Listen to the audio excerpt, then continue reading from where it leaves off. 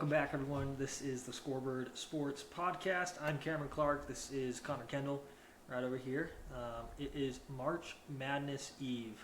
Connor, I think we're all on the edge of our seats to see how our brackets end up doing. We were talking a bit before we hit the record button.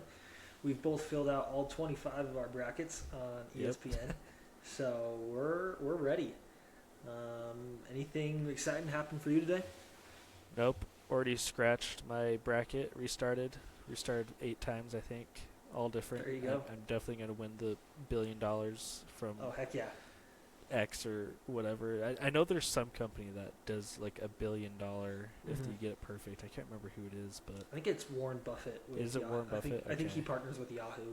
Yeah, that's right, yeah. But that's what I'm aiming for. Yeah, it'll be a fun tournament. I mean, like I was watching a little bit of the Xavier Texas game before we start recording. It's 8:45 here, local time for us.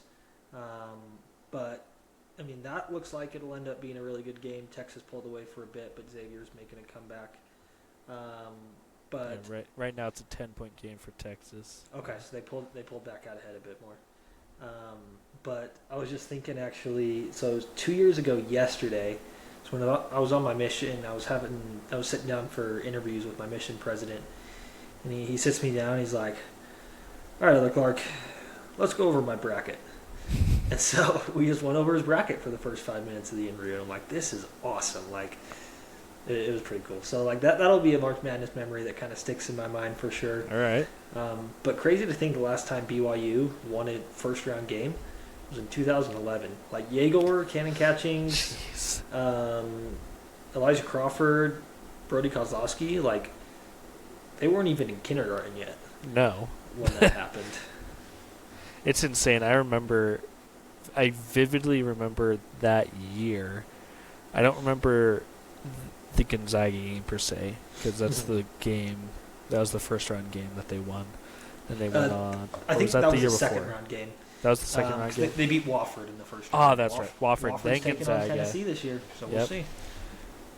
Wofford went on to play Gonzaga, moved on to the Sweet 16 against Florida, and I remember that so vividly. Yeah. I think I've mentioned it on here before. I remember that so vividly. It's exciting, though. I'm excited this year. I'm excited for what BYU can show out. I think they're surprisingly enough underdogs, even with the hot streak they've been on. So I love it. That's exactly what I want.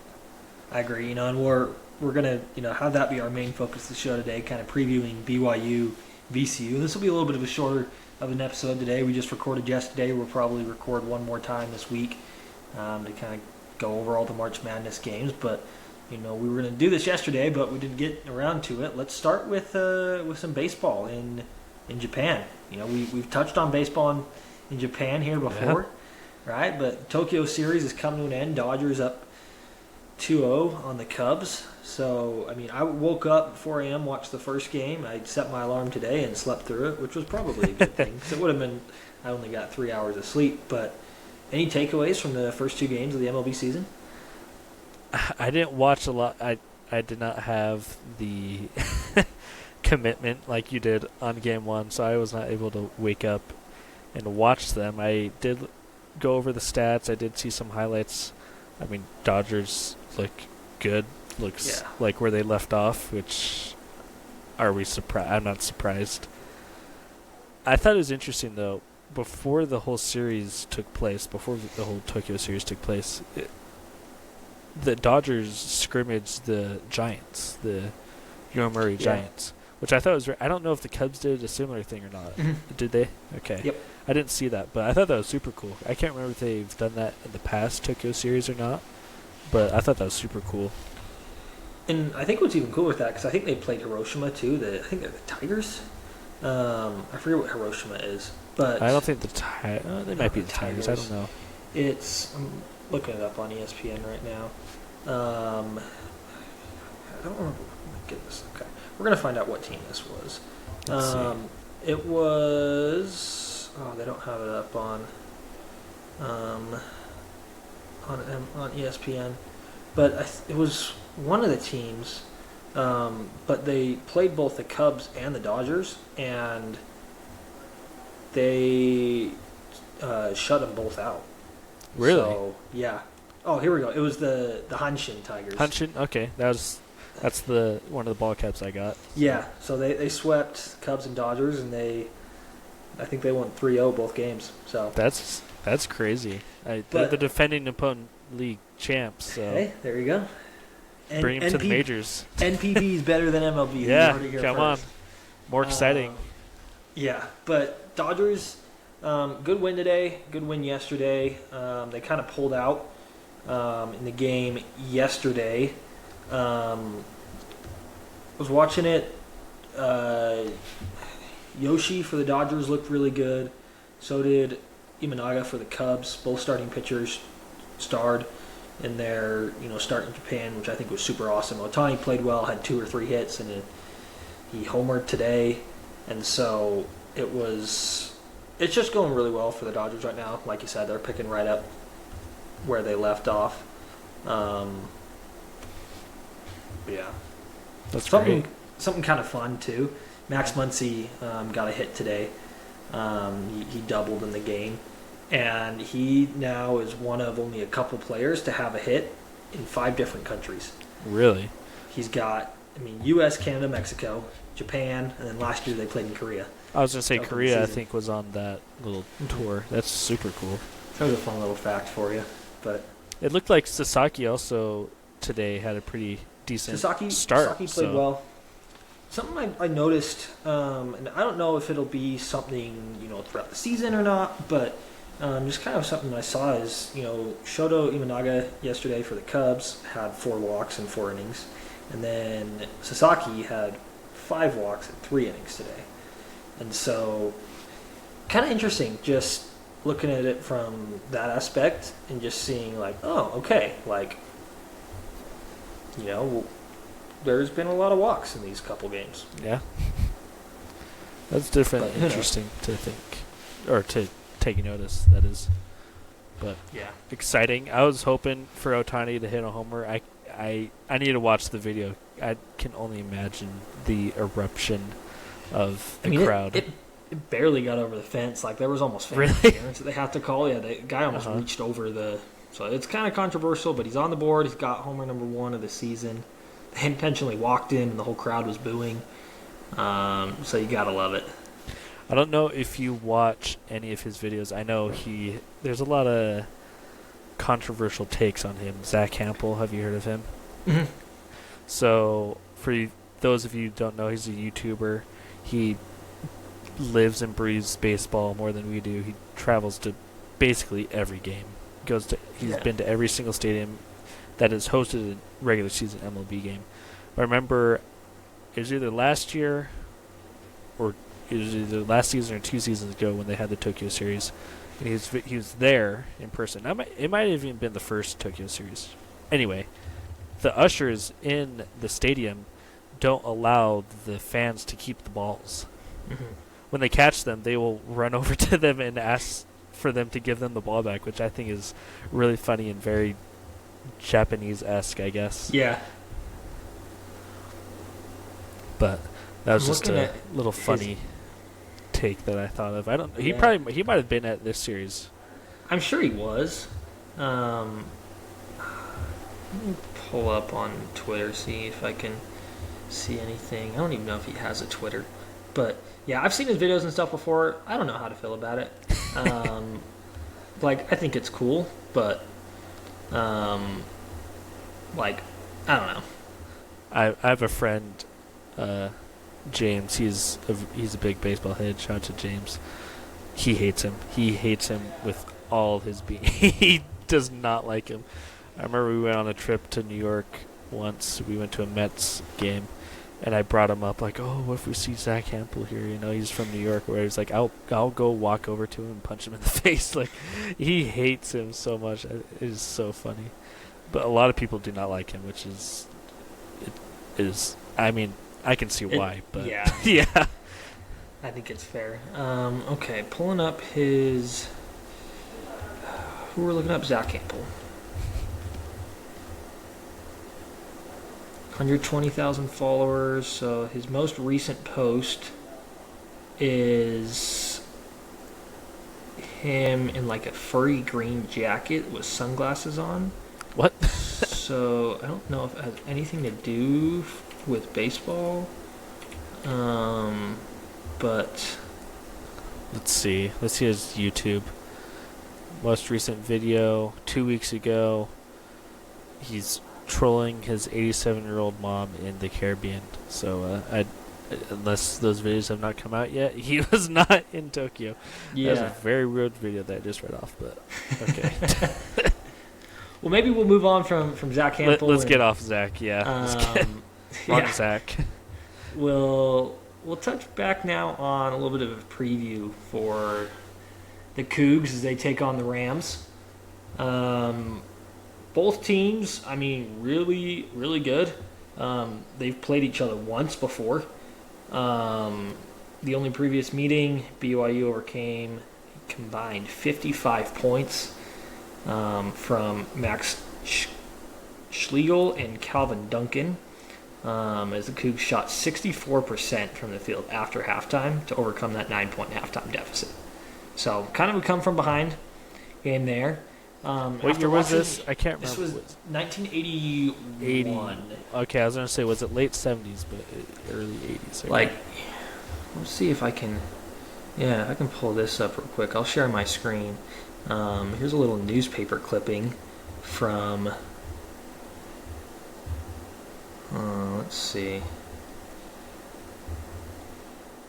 I hope, there. in terms of competition, I hope it's a good game, but I don't know if I want it.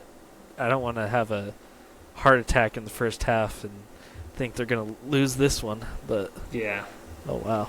So, yeah, there's the photo from the game, and then there's the newspaper clipping. So, yeah, kind of fun. But, yeah, it should be a really good game. I've looked a little bit into VCU. I really love... his name it's Max something. Schugel, I think it is. Yeah, I don't know how to pronounce it, but yes. I like Schugel a lot. He's played really well for them. A10 Player of the Year. They've also got Jack Clark. Shulga. It is Shulga. They've also got Jack Clark. Jack Clark played on, I forget if it was Michigan or Clemson's. Clemson. It was Clemson, yeah. He was on their Elite 8 team. They have a player who was on the Elite 8 team for Michigan in... I forget who that one was. Christian Furman, maybe? But they've got a very experienced team. A lot of transfers. A couple hometown guys. They've got 4 guys from Virginia. So really close. They've got a couple international players as well. Two guys from England, and Luke Bamboye. He's a freshman. He's a shot blocking machine. He could give BYU some tough presence down low. He's averaging almost 2 blocks a game, and so like he's had 4 blocks in his last 2 games. So he's going to be someone to look out for. I'm excited to see him and Foose match up. Foose is a little bit, I think, bigger when it comes to just weight-wise, but Bamboye's got an inch on Foose, and so that, I think, will be the matchup to watch alongside Shulga and Richie Saunders. No, I like that. Zeb Jackson, he's the transfer from Michigan. He's the 4th leading scorer on the team and 10.4 a game, which, I mean, it's good. And nothing crazy, but consistent. Big Ten experience. So to note that too, like BYU only has 2 guys that are averaging double figures, and so for them to have 4, like that's good for them. No, it's really good. I'm hoping it's a big game for. I hope for Foose with the rotation, but I hope Kaba can kind of set the tone a little bit in the game in the first half. I don't know. I have to look at their listed heights for everyone. I don't know if they have quite a big man. 6'10". They have 3 6'10s. And yeah. so Boscovich is 6'10". for the Cougs as well, so I'm sure we'll see a lot of him in this game. Yep.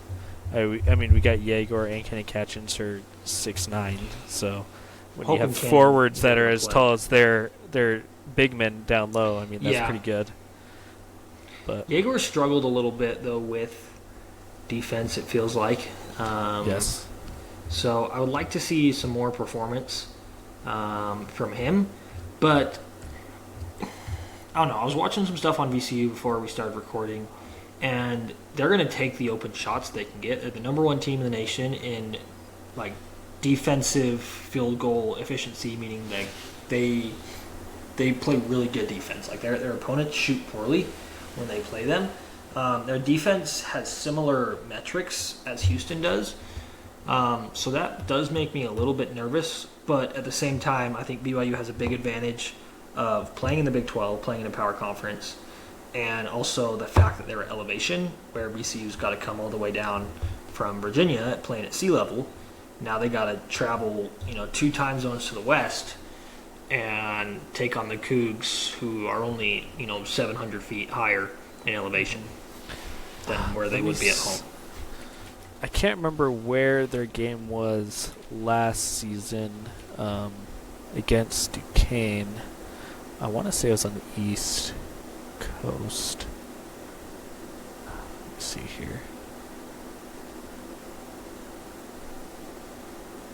Okay, it was in Omaha. It was not. Regardless, it did not affect Duquesne, who's from Pittsburgh, as much. But having VCU being in Virginia, it's a little more humid there.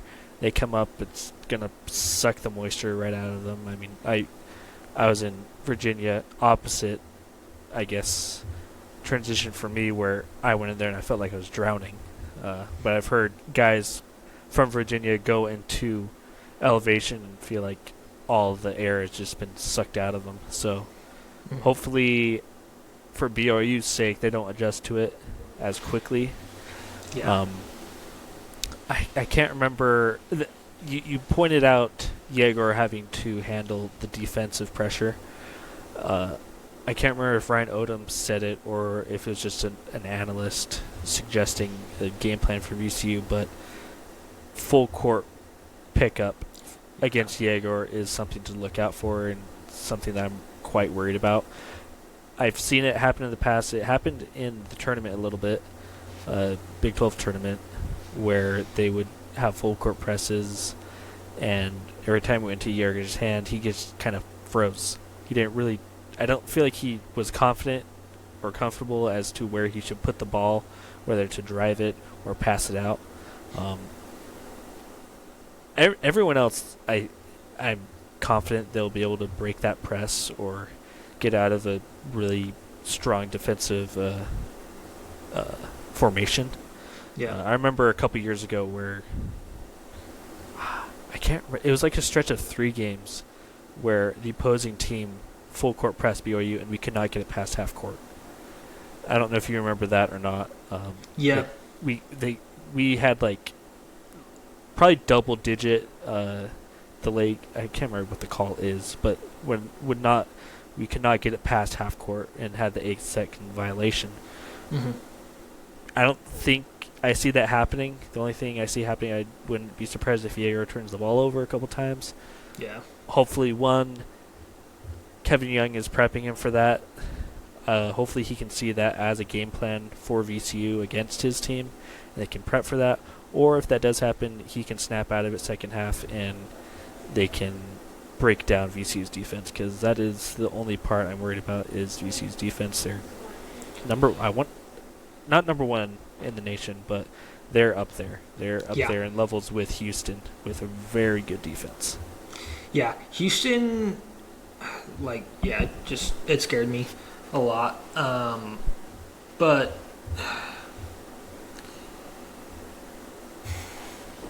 yeah, I think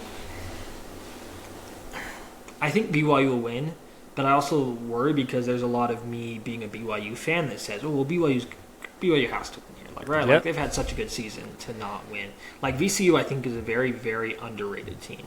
Aside from Gonzaga and Louisville, and maybe not even Gonzaga, but definitely Louisville, I think they're one of the most like underseeded teams in the country. Like I think they would have been able to compete with an 8 or like to be an 8 or 9 seed even. I'm very happy they got the 6 because I would not have liked to have drawn a 5 seed and have to face that 1 seed earlier into the tournament if we were able to make a run for VCU. Like no, VCU. I agree. VCU. Okay. Any other 6-11 matchup, I'm fine with. Honestly, I'm okay with 5-12s. There's a lot of scary 5-12s matchups, which I'm kind of glad. One, we didn't get them because of all those 12s. They can beat those 5s. Liberty, Colorado State. Trying to think of others.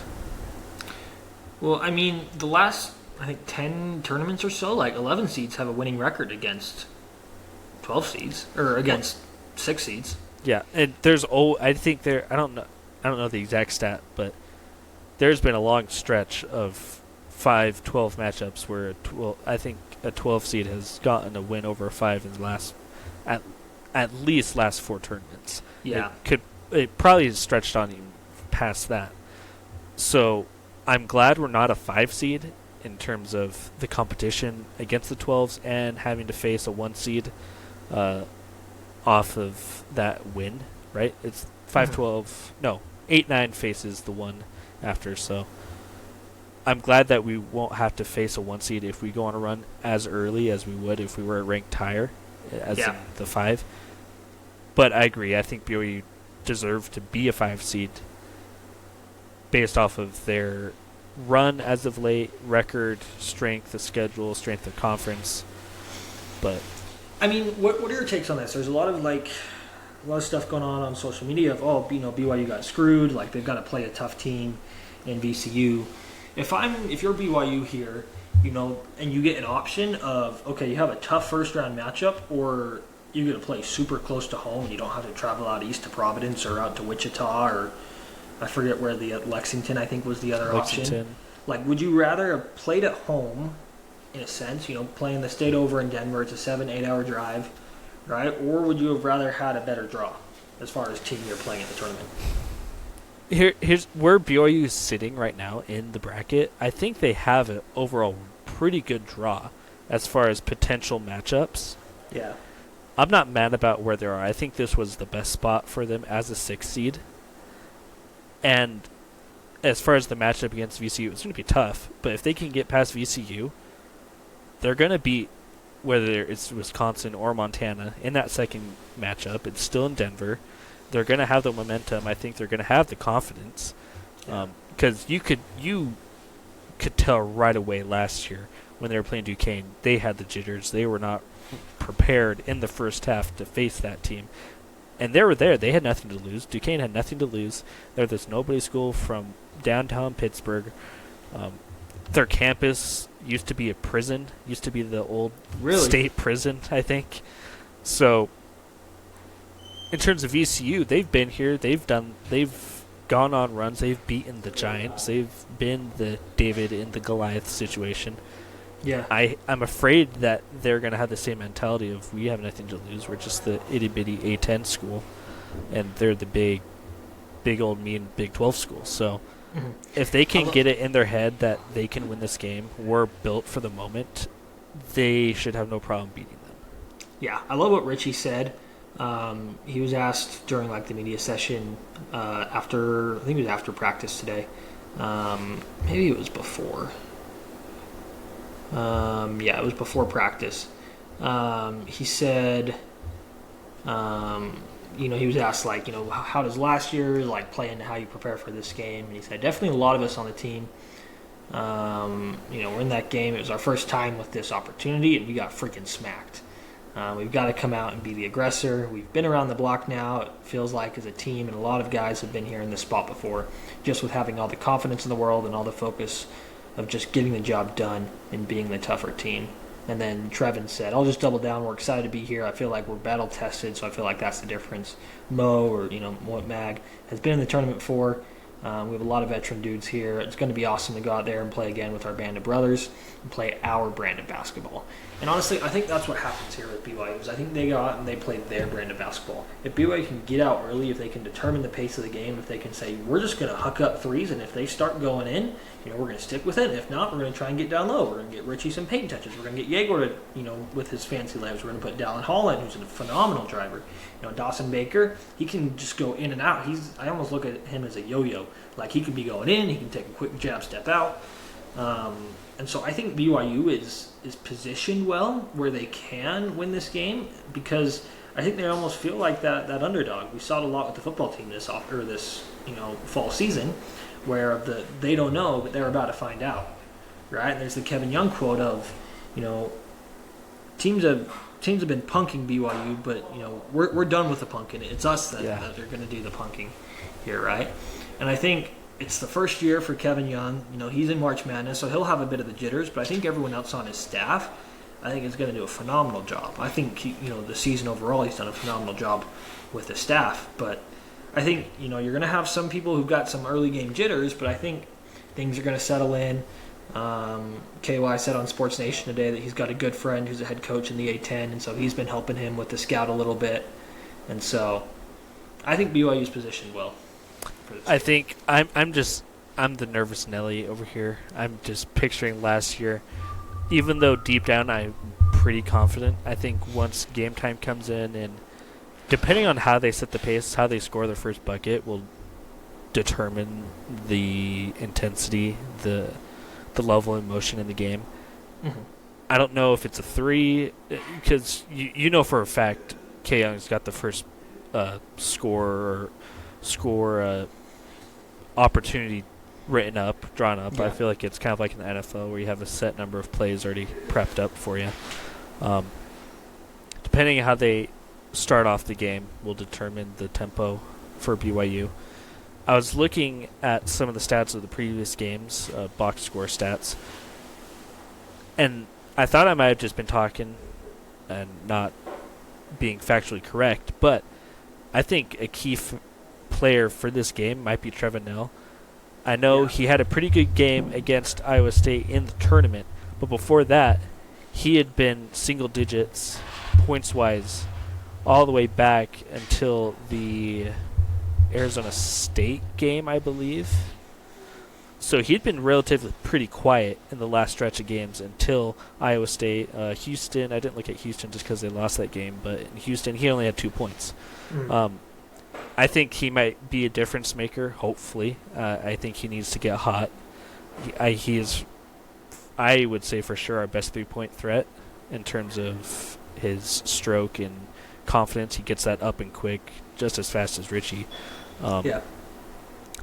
I also think it was really important and good for Kevin Young having Dave Rose reach out to him. He also he said on, I forgot what the guy's podcast is. Was it Jim Rome? Yes, he was on his podcast and he asked him what's it like being in the NBA Finals compared to now you're going into March Madness. Mm-hmm. He's like, well, I haven't really know what to expect. I mean, it's nothing like it. It's nothing compared to it. Every game is the finals in comparison to the NBA playoffs. Every game in the tournament is a game 7. And he was saying I hadn't reached out to any coaches or asked for advice, but Dave Rose called me and was kind enough to lend me some advice. Like, hey, this is just any other game. You can't overthink it. Which is kind of ironic that he put it like that. He might have put it a different way, but basically don't overthink it. Just play your brand like they've been preaching all week. Just play your brand. This is just another game. Just get through it.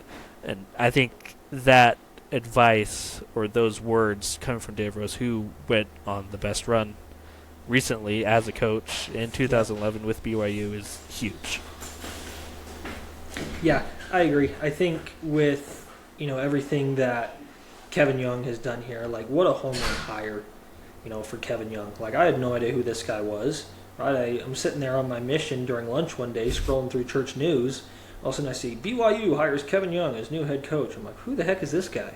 So I pull up Church News, and I may or may not have watched the press conference still on the mission, but I was a little worried. Like, I wanted it to be someone who I knew about. Like, I wanted maybe hire the UVU coach, hire Alex Jensen was rumored to be in there, I think, but I mean, Kevin Young has just done a phenomenal job here in year one with the Cougs, and I think it just keeps going. I think BYU wins this next game. We both, I think, feel more confident about the Wisconsin game, or Montana, whoever that ends up being, than we do about this VCU game. But yeah, Kevin Young has just done phenomenal this year. But I do want to say, add one more thing. I was looking, so Keba Keita is the only player to have played VCU before. He played him last year, actually, in the NIT with the Utes. He had 8 points, 3 rebounds, and a block. They beat them. So it'll be nice. Keita knows that team a little bit, right? He's played them in postseason before, right? I'm hoping that it's now 2 years in a row that Keba Keita and his team send VCU home packing. Well, it's good you say that he knows this team, because this VCU team has not really changed since last year. They're pretty much bringing back the entire squad that they had, so that could be very good. I mean, on the flip side, they know Keba, they know his game. I think he has. I remember the BYU Utah game last year, and just thinking, holy cow, this guy is a madman. He is so good. I'm glad he's on our side. I think he has improved, which is incredible to think. I thought he was very dominant last year. Going into this game, or just going into this tournament in general, whether they win one game or win it all, I think it is going to be incredible foundation for the future. I mean, we have AJ coming in next year. We have this huge, incredible class of highly recruited, highly rated high school players. And to also think you're going to have Keita back next year, which is, I think, is going to be a huge piece if they want to make a tournament run. Richie might come back next year. I think Dallin Hall could possibly come back next year. Yes, yeah. Rep the headband. I know there's a couple other names on the team this year. Yeah, I think. And sorry, were you finished with that thought? No. It's just going to be huge. This first game is going to set the tone, I think, for the future. I agree. They had AJ DeBonsa on BYU Sports Nation this morning, and he talked about when he's on this team next year, he's expecting, he wants to make that national championship run. Like, he's not going to say, like, oh, yeah, we made the Sweet 16 even though we lost, it was a good year. Like, he's hungry. He wants it. So I think this becomes the beginning for BYU, right? I think this becomes the beginning of a very good stretch for the Cougars here in the NCAA tournament, where the expectation is no longer just make the tournament, but win a game in the tournament. Yeah. Right? I think pretty soon, with Kevin Young and all that he's done, bringing in next year's Xavier Staten, AJ DeBonsa, Chamberlain Burgess, who won't get here for another 2 years because of his mission, right? But Anthony Falesi's thinking about coming here, another Utah prep prospect, right? We are looking very good in the future for BYU, and I think this year is just step one, and we build a habit of winning games in the tournament, and I think that starts with this year. And I hope the exposure of these bigger names that we brought in this season that KY was able to grab, I hope people from outside, whether they want to transfer or whether they're debating they want to sign with BYU, see the experiences that these guys have had. I mean, Yeager was interviewed today and said, BYU's my home. I mean, this is my second home. I love being a BYU Cougar. I love being at Brigham Young. I love being at school. I mean, my classmates, they're my second family. Like, I think that is the highest praise that you can receive if you're a basketball program or just a university in general trying to recruit and bring people into this culture. I also hope that means Yeager might come back next season, because if he does, oh my, that is going to be a nasty basketball team. But regardless if he comes back or leaves, I think that is incredible. I'm over the moon that he came to BYU. I think he's going to be a lot better in the NBA than I think most expect. Yeah. I think he's still projected to be a top 10 pick, which is great. But that interview from him, I think, helped out so much for recruits debating whether or not they should come. Yeah, I think too, like, what Kevin Young's been able to do with Richie Saunders being the most improved player, right? I think it was Justin Young, his brother, who mentioned it, but it's like, that just shows who Kevin Young is as a coach, right? Obviously, Kevin Young, he's not like sitting down one-on-one with each of these players and like, making them better just on the spot, right? Obviously, he's hired a great staff, right? And hopefully they all stick around. I haven't heard any rumors of anyone leaving, anyone joining the staff. He's got a lot of NBA guys from the nutrition staff to the analytics staff, right? They're an incredible staff. But what I love too is just Richie Saunders, like, and everyone talks highly of KY, right? In order like to be able to have a nickname like that, right? And we see it a lot from Chris Paul, Devin Booker, Kevin Durant, right? Where Chris Paul texted Kevin Young after the Iowa State game in the Big 12 tourney and was like, hey, good win for the boys, right? Chris Paul's son was texting back and forth with Chris Paul, like, during the games. His son was like, yeah, I'm watching the game, like, loving, what this team's doing. And so I think because of the relationships with that, and, you brought up the good point of, transfer portal is still an option, right? Where BYU, with a coaching staff like this, is going to be able to say, hey, if you want to go play in the NBA, right, come to Provo. Obviously you're not going to have as many spots available as you did last year, where you at one point only had like 5 or 6 players on the roster. Yeah. Right? And luckily Richie and Dallin came back, but, you're losing Trevin, you're losing Foose, you're losing, Trey Stewart, Mag. You're losing Witt, Mag. You're probably losing Yegor, and who knows with Catchings and Saunders, right? Where, it'll be a very different team next year as far as players on it. But just kind of going back to what I said earlier, I think this season creates the standard of what's to come for the future of the Cougar basketball program. No, I agree. And I think before we kind of make predictions, so to say, I think in that press conference when Kevin Young was hired, he made I would say it was a promise that he was going to turn BYU into an NBA pipeline. Mm-hmm. And I think it is unfolding, and he's keeping what he said. Like, yeah. In terms of Yegor and Cannon, you have Xavier Stan, AJ Dabansa. I mean, you could quite possibly, I can't remember what his name. It was another highly recruited, highly rated player out of high school. I think he was a 2027 graduate. But he's fulfilling that. He is turning BYU into a more successful program than they were in the first year in the Big 12 under Mark Pope. I think BYU needs to make sure they've locked him down for long term, extend him if he gets to a certain point in the tournament, or even just gets a tournament win. I think you got to extend his contract regardless. I'm excited for BYU basketball, though. I haven't been this excited in a long time, so it is great to see it evolve and become a powerhouse, hopefully. Yeah, it's just been so fun to be a Cougar fan this year. It's been really awesome for me. This is my first year here as a student. I've been coming to football games my entire life. Haven't been to as many basketball games because they're a bit harder to get to. But like, just being in the Rock this year, like, it is just a fun environment. You don't worry too much about losing the game, right? You have faith in the Cougars, right? Even in these close games, you're like, you know what? Kevin Young's going to make a great halftime adjustment, and we're going to come back out firing. So, yeah, it's going to be a lot of fun. I'm excited to watch this team compete here in the postseason. But with that, let's get to our predictions. I want to revisit real quick a prediction we were talking about. I think it was before the Utah game. We were talking about Yegor Demon, and I'd mentioned, like, I think it's in March, like in the NCAA tournament, is where Yegor begins to start scoring and getting on a little bit of a scoring run. I'm going to keep that. Like, now as I'm looking at VCU, I'm like, I don't know if Yegor's going to be able to get that, but I think VCU will do a good job locking down Richie. I think they'll hold Richie to 14, 15 points. And I think we'll see Yegor get 12, 13, 14, maybe even 15 points, and that he'll be a big emphasis for the Cougar offense that we'll be able to run through him with him driving and also him hitting and knocking down a couple of threes. I like that. I want Yegor to show out so bad because you can see the potential. You can see in the shots that he does make.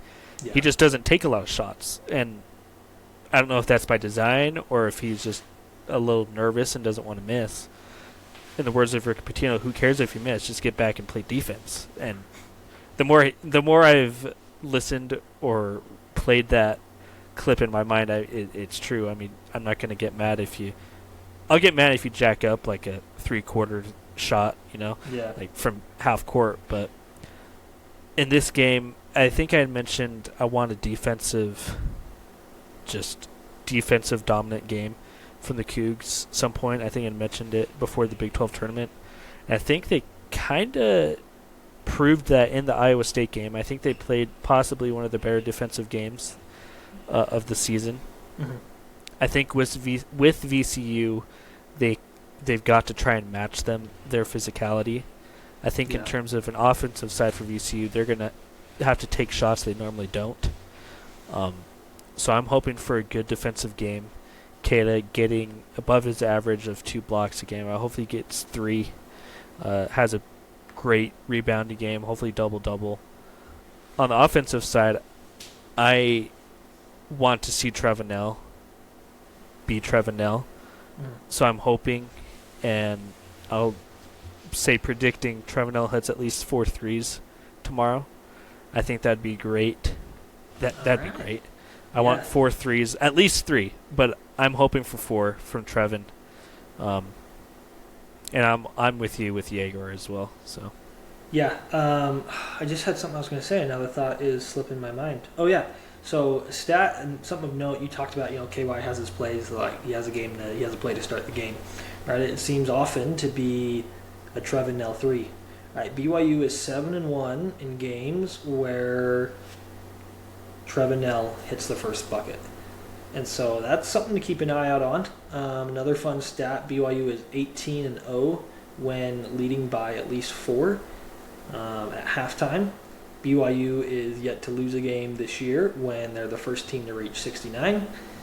BYU has only lost 1 game this year when they've reached 80 points. I think if BYU reaches 80 points in this game, they win.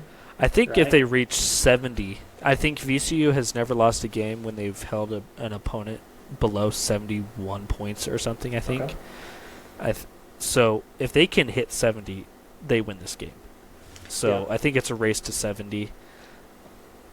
I like that. I think I'll throw out my score prediction here as I've just kind of been thinking and mulling it over as we've been talking, but I think I'm going to go with 73-69 for the Cougs. Like, I think it's a close game. I think the spread is pretty good where it opened up at 3.5. I think it's down to 2.5 now.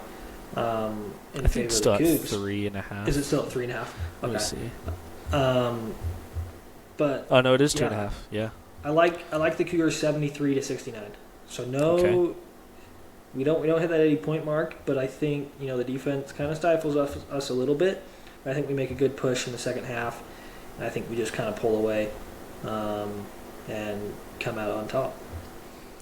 I had a very similar BYU score. My initial thought was 74 for the Cougs, 66 for the Rams. Okay. I think they get a comfortable win. Not a blowout in any means, not a close game, but pretty comfortable, I think. I think that's where they need to be. It gives them the momentum going into the next round. But I think we're both confident that they can get this dub tomorrow.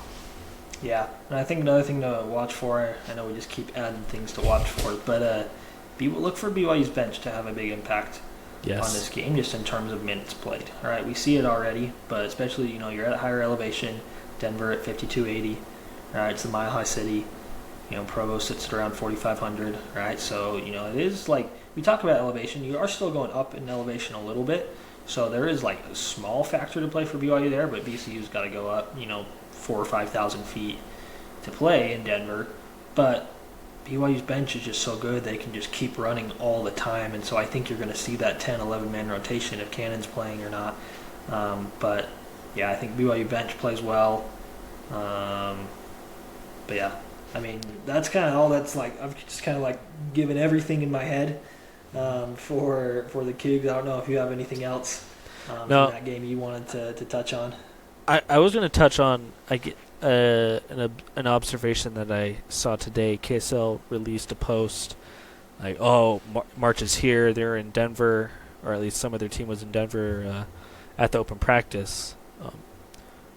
One, don't know how I feel about that. Open practice. I know. I think that's just standard across the tournament. Still, I don't really like that. Second, they posted a little video of Cannon Catchins. He was in warm-up gear and everything, but he was just standing there. Yeah. Which I'm glad he's on the trip. I don't think he would have missed it regardless if he was out for the season or not. I don't know how I feel about that. Kind of made me a little nervous just because everyone behind him was and next to him was shooting, get warm, and he's just kind of stand there. So I'm hoping he's game time. I'm hoping he's ready and he's healthy. I don't know if there's been any announcement or on I don't that. think so. I think we'll see something tomorrow. I do know that Jay Drew posted something. He was putting up a couple of shots. Okay. But he didn't look like he was 100%. That's Okay. just my opinion. But Hopefully, I know they can get the dub without him. They've proven that against, you would think, higher caliber teams. That's something that I think will flip the switch for BYU because, and like you said, the bench, they have the deepest bench, in my opinion, in the country. yeah, So they will out sprint you, to say. They will beat you in a race of endurance. They will, if you're tired, they will just sub in a new 5 and be fresh. So that is definitely, like you said, something to look out for is the bench play from BYU. So deep, and that is such a huge advantage, which I don't think is really talked about enough for BYU and not seen. The whole talk coming into this matchup is VCU and their defense. And so I'm just going to leave it at that. I think BYU will be able to outpace VCU's defense, slow them down, and make them pay on the other side of the court with threes. yeah. I'm not seeing any news from Cannon Catching, so looking like we'll have to wait until tomorrow. He is to be determined. With that, we'll give a quick shout out to Mari Whiting going and signing with the Oklahoma State Cowgirls. I think that'll be really good for her. Yeah. I'm excited to watch her play with that Saw offense. that, yeah. So good for her. But yeah, I don't know. Anything else you want to add before we close it off? No, go Cougs, baby. I mean, I'm excited. I think we'll touch base either tomorrow or Friday, and hopefully the win tomorrow. But Yeah. I'm excited. Hey, VCU's about to get jimmered. They're not going to Yep, know what hit them. let's go. All right, just throw back to Denver in 11. All right, well, for Connor Kendall, I am Cameron Clark saying we will see you next time on the Scoreboard Sports Podcast. Again, you can get our content on Spotify or YouTube, just Scoreboard Sports Podcast on YouTube and Scoreboard Sports Podcast as well on Spotify. I thank y'all for taking a listen to this, and we'll see you next time after a BYU win over the VCU Rams. Let's go.